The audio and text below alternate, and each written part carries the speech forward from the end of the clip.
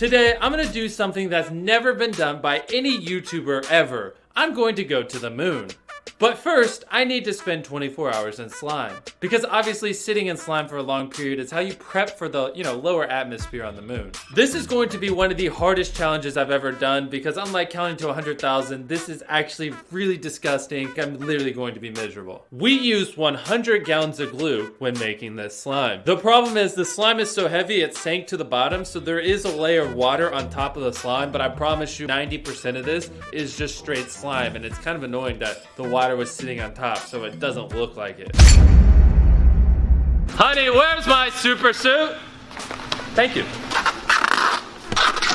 We are preparing for the 24 hours in slime challenge. I literally feel like I'm on the sun, but apparently that's pretty cold, so I'll be fine. I am going to spend 24 hours in this slime. If